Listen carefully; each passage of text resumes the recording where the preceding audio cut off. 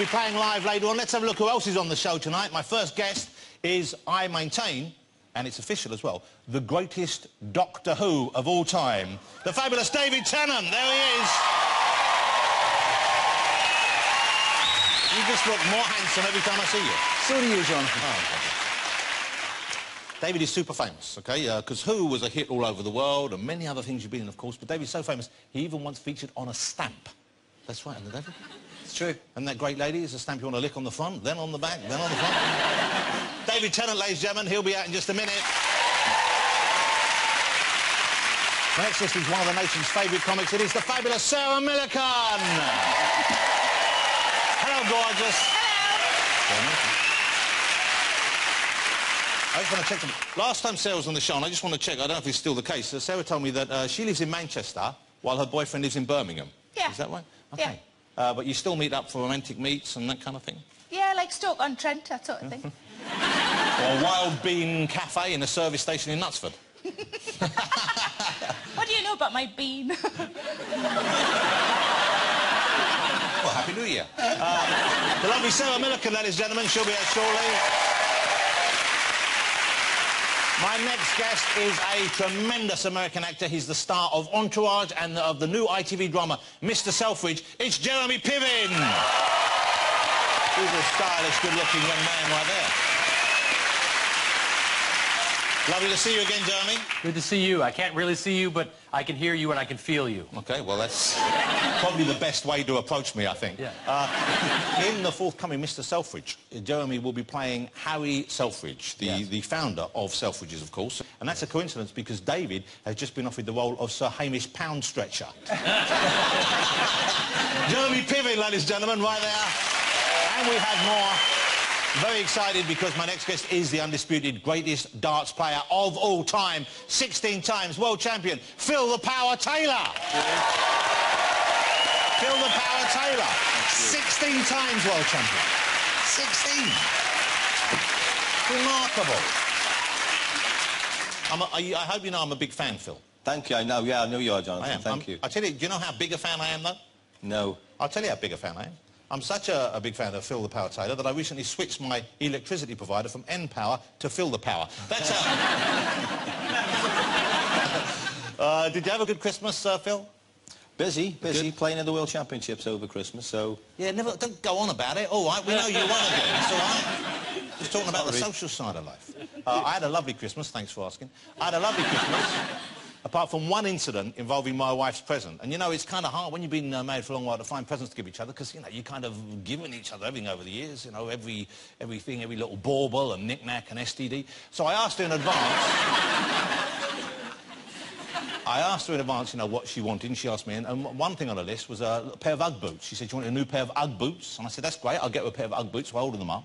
Bought them on the internet, OK. The box came. I didn't open... the box to check because it said on the outside Ugg boots. I checked the size right, gave them to her. When she opened up on Christmas morning, then she was opening up, it's those Ugg boots she wanted, darling. This is what I've got to take them out. This is what she got. Not making this up. This is what she got. When she opened up, she opened them up, and there's the Ugg boots I bought my wife for Christmas. Okay? It's the toddler size 5, not her size 5. Okay? I'm not sure whether to send them back or make them into an ornament and we'll put them on the tree every year. So that was the worst gift she got. I'm going to ask the guys in the green there. Let me start with Phil. What did you get for Christmas? What kind of... is there one present you didn't particularly like or stuff you didn't like? Well, what my family get me is these smellies. For some reason or other, everything I've got is aftershaves. You got loads of aftershave? Everything's aftershaves and deodorant, so... I think I'm getting old now, I think it is, so everybody keeps buying me smelly things. Well, maybe you're getting old, or maybe you just stink. I don't know what it is. Sarah, what did you get? Anything that was kind of... I got a shoehorn off my boyfriend. He makes out that he just makes a list all year round of all the things that I mentioned that I liked, and I think at some point I must have been trying to get in a too small dress and made a joke about needing a shoehorn. And then he bought me one. Let me ask David. David, what did you get? Any gifts that weren't expected? Yeah, this was a surprise.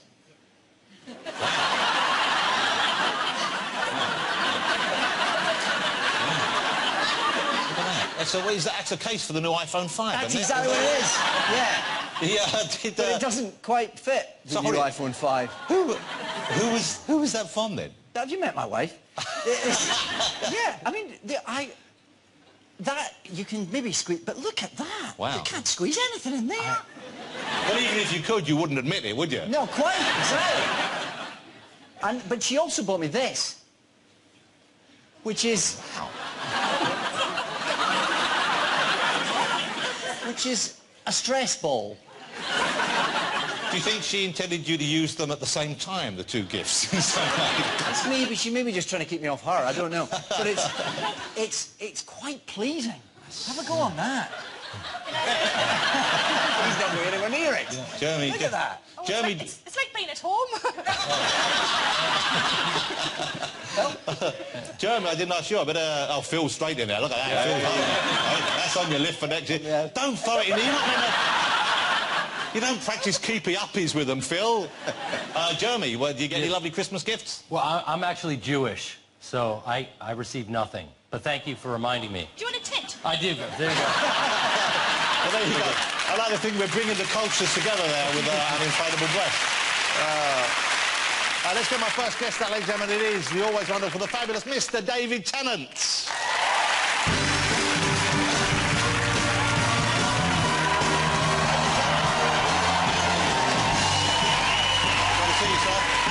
Thanks very much. Nice it out. Happy New Year. It's an exciting year. Well, it's lovely to see you. It's always lovely to see you. Oh, it's lovely to be here. Lovely to be here. Last time I interviewed David, and I can't believe it was this long ago, you were still Who. You were just about to leave Who. Yeah. And you were moving on, and this was 4 years ago. You decided you were going to move on, and it was a big decision, obviously. Sure. And I wonder whether, first of all, do you keep up with Who? Do you watch it now with Matt Smith in? Did you watch the Christmas special, for example? I've still got the Christmas special to watch, but I do watch it, yeah. I keep up with it religiously, of course. This year is the 50th anniversary of Doctor Who. Is it? I hadn't noticed. It is. And I believe they're planning something special. I don't know. They haven't... No one... OK, I know you're an honest man, so if I ask you directly, so no one has spoken to you about... No one has spoken... I don't know. What? I know nothing. No one has spoken to you? I know You nothing. haven't had a phone call saying it's the 50th I'll anniversary tell you how of Who? terrified they are. In makeup tonight, Yeah. this lovely lady came in who I'd never met before and went, hello, I'm from the BBC. I went, oh, hello, nice to meet you.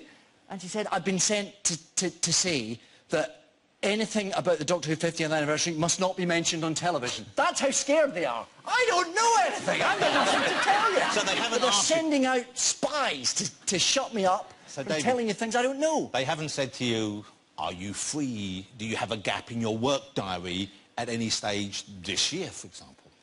I have not had a conversation like that with anyone. Has anyone had a conversation on your behalf about your diary? Is there someone who keeps your diary who, for the sake of honesty in interviews such as this, would not yet have spoken to you about chunks of time you might have put by to visit Wales this year?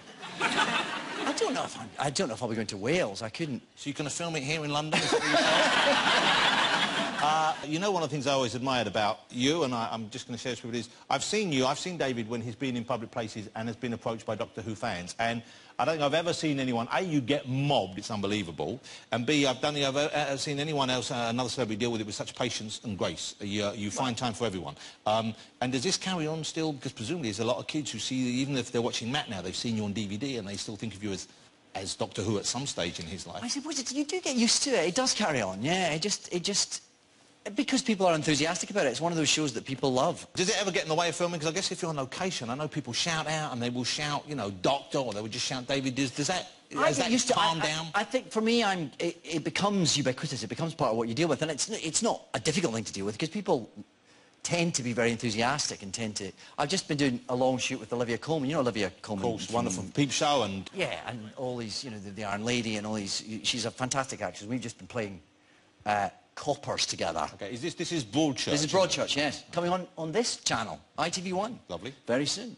We're coppers and we were filming around, this is Dorset, Bridport and Dorset, and you get used to it and people coming up and it happens quite a lot and you stop thinking about it. And Olivia was a bit surprised. I don't think she's clearly not a fan. She's more of a Matt Smith fan. And she didn't really understand why people cared. And after a while, it started annoying her on my behalf. And I'm saying, I'm fine about it. I really don't worry about it. But she would go, oh, come on, you got to have some time off. You got to go and have a cup of tea. And I was like, it's fine. And everywhere we went, this would happen. Eventually, we were up the top of this caravan park, not far from there, but it's very remote. We were filming at about 6 in the morning. It was completely deserted. And then, over the top of this hill, comes a little old man with a stick. And he sees us coming and he's watching, and as he approaches, he realises what's happening. He realises it's filming. And he gets forward, and then he starts going, oh! And he starts getting very excited, and he's got his little stick in his backpack, and he's hobbling towards us. And he says, oh, I can't believe this is so exciting. I've been watching you on television all week. And I thought, oh, this annoys Olivia, so I'll head off at the pass. And I go up to him and go, oh, that's very nice. Sorry. He goes, no, not you, Olivia Colman.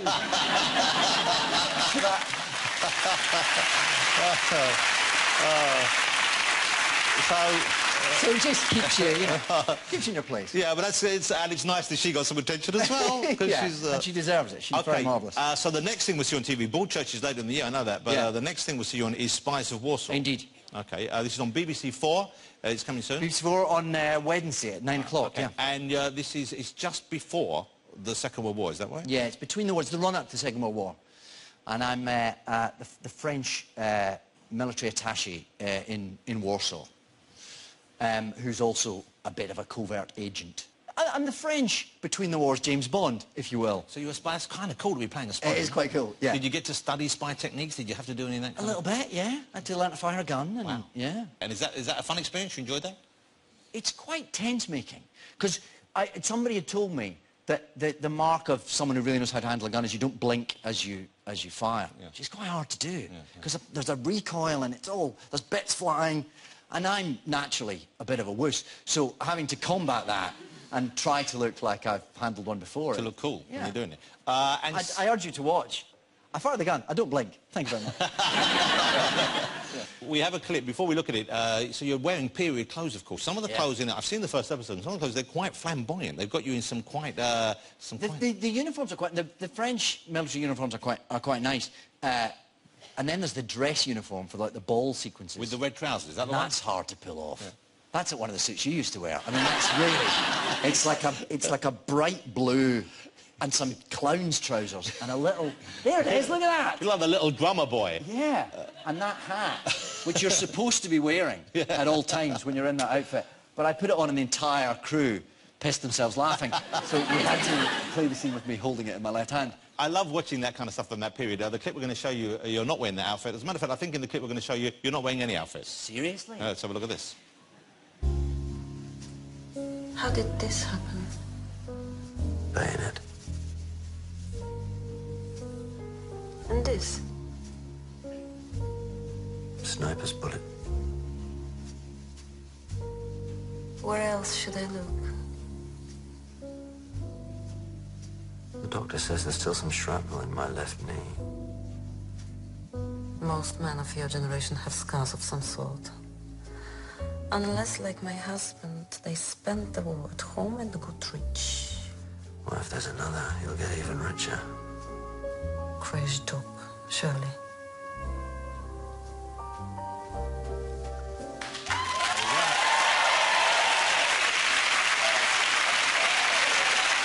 I didn't know they did that kind of thing before the war.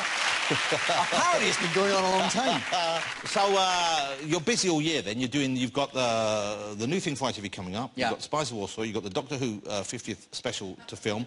Well, I didn't say that. But you didn't deny it. And a busy year for you as well because, of course, I know you have Georgia with you, your wife, is here this evening. Yes. And you've got 2 lovely children. I don't know if this is the right thing to do or say, but I know it's going to come out eventually. No, he's going to be a father again. Wonderful. Congratulations. Thank you very much. And I'm sorry to spring it on you. How exciting. What a great year. It's lovely. It's very lovely.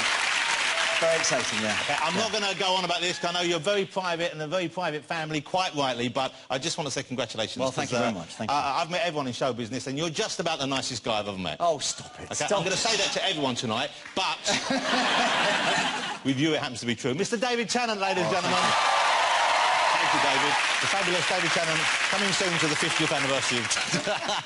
Join me after the break. I'll be chatting to the fabulous Sarah Millican. Don't go away.